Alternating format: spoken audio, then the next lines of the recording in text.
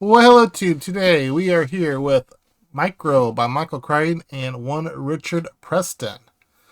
John Michael Crichton was born October 23rd, 1942 in Chicago, Illinois, US of A. Died November 4th, 2008 at the age of 66 in Los Angeles, California. Excuse me. Richard Preston was born August 5th, 1954 in Cambridge, Massachusetts, US of A. He is 71 years old and he is still around and kicking. You might know his brother a little bit more. His brother is the Preston from the Preston and Child books.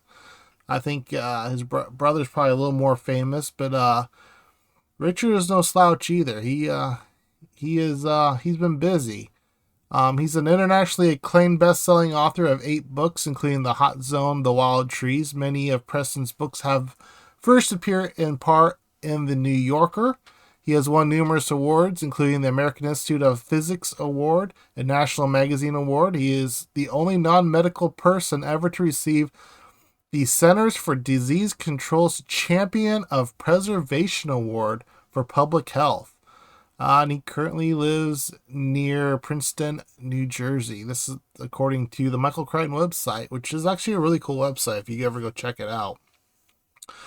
The book itself was published November 22nd, 2011 by HarperCollins. You might be saying, well, Booknik, he died in 2008. How did he release a book in 2011? Well, that's where Richard Preston comes in.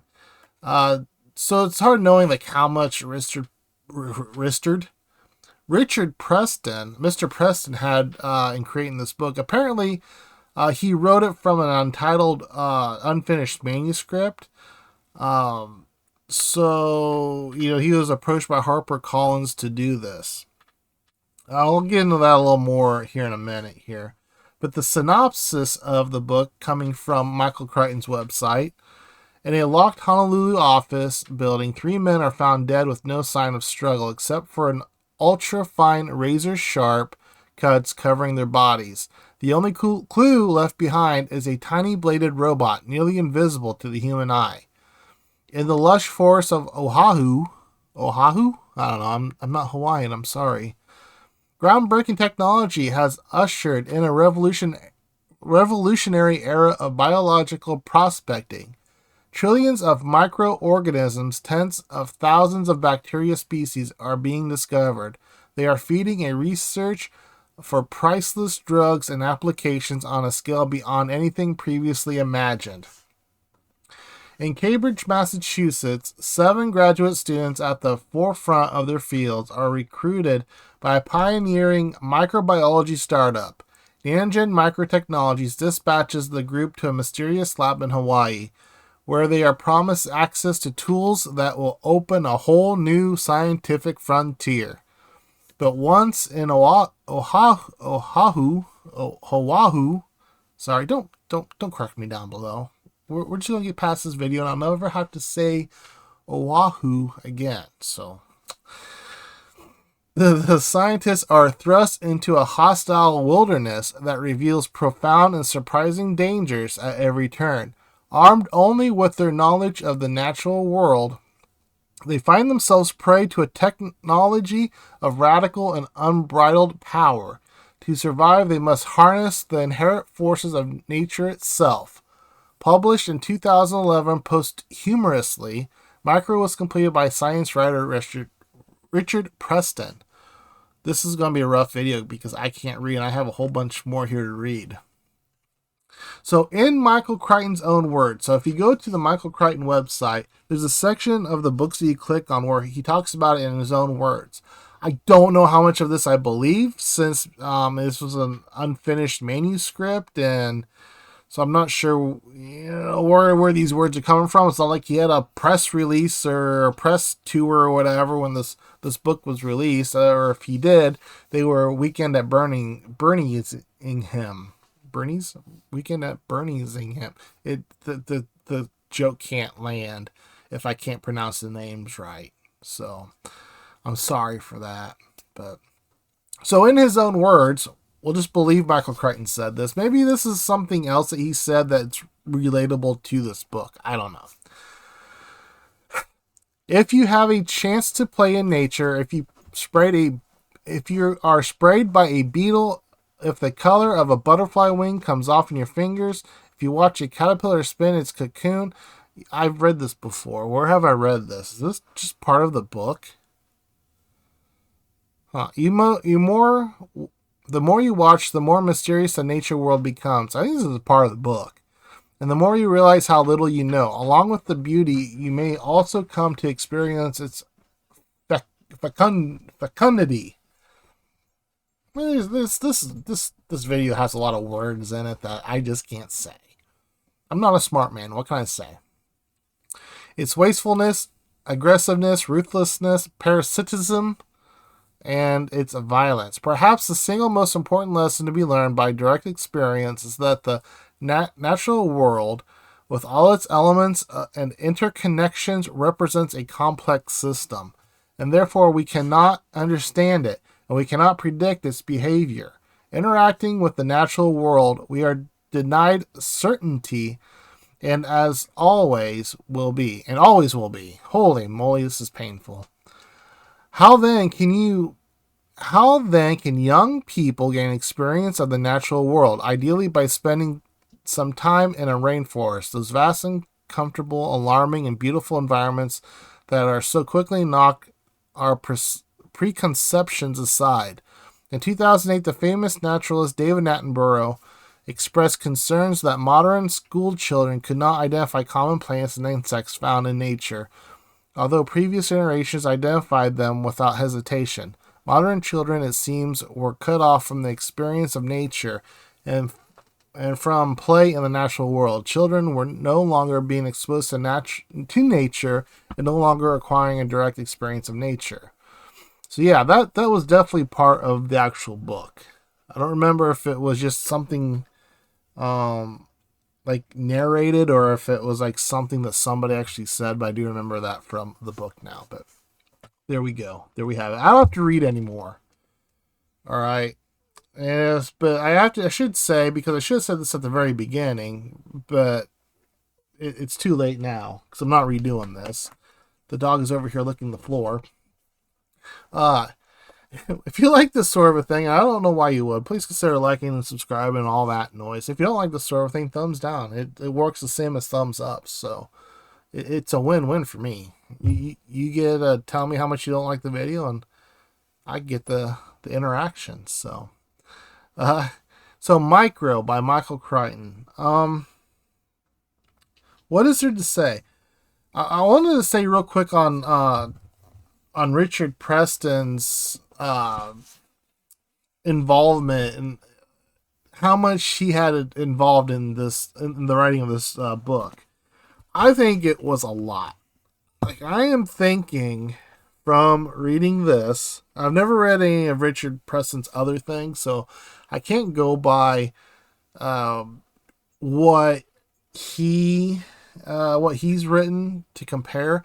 But I've read every single Michael Crichton book that was 100% his, right, at the time of this recording. Of course, he's probably going to release things for the next 100 years. But as of right now in this recording, I've read everything that was 100% his. So basically everything, including this. The only thing I haven't read right now that's released is Eruption. And that should be coming fairly soon.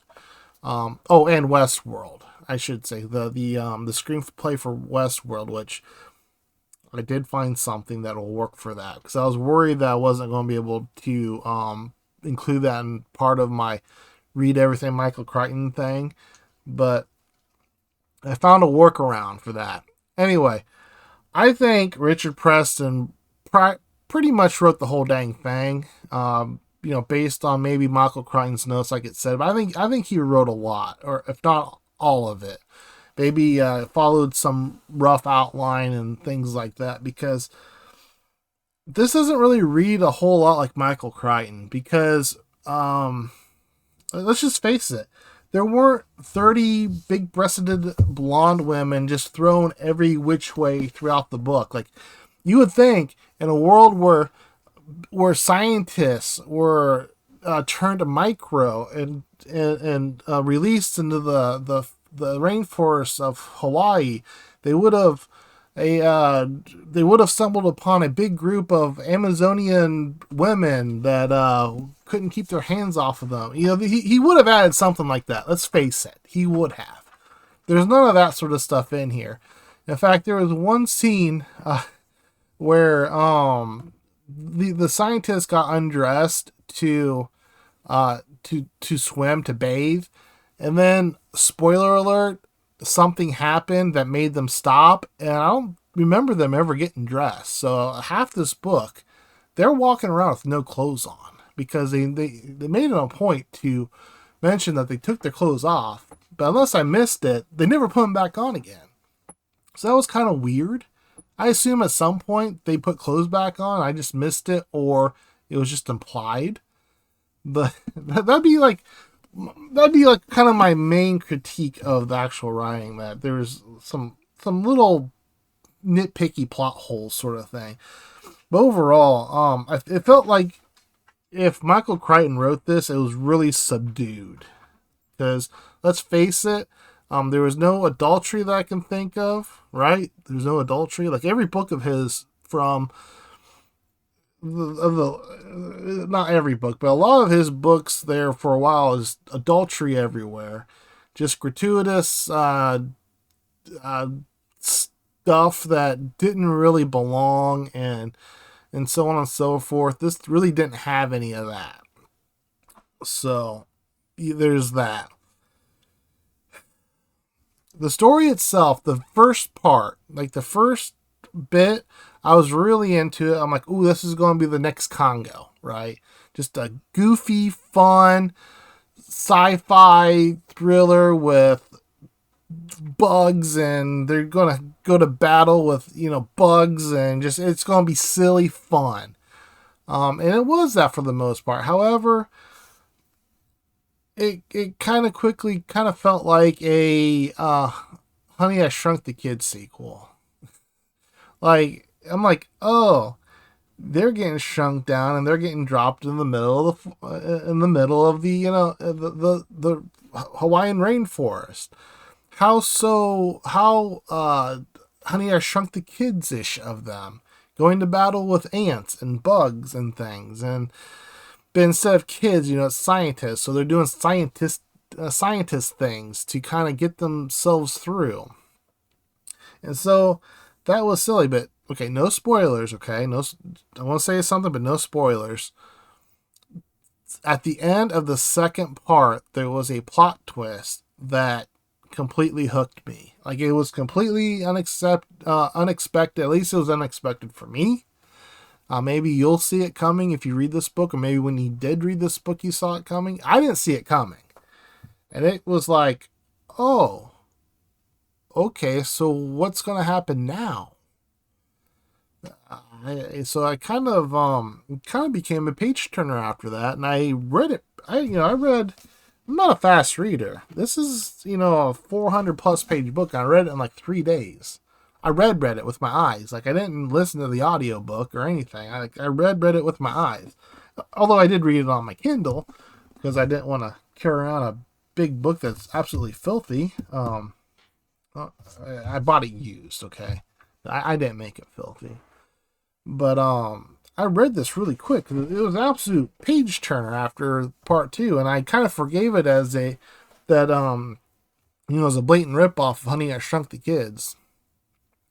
And then, of course, in typical Michael Crichton fashion, the ending did disappoint. It kind of got a little it kind of dragged out. The ending really started dragging out, and I felt like it could have ended a couple of times before it actually did.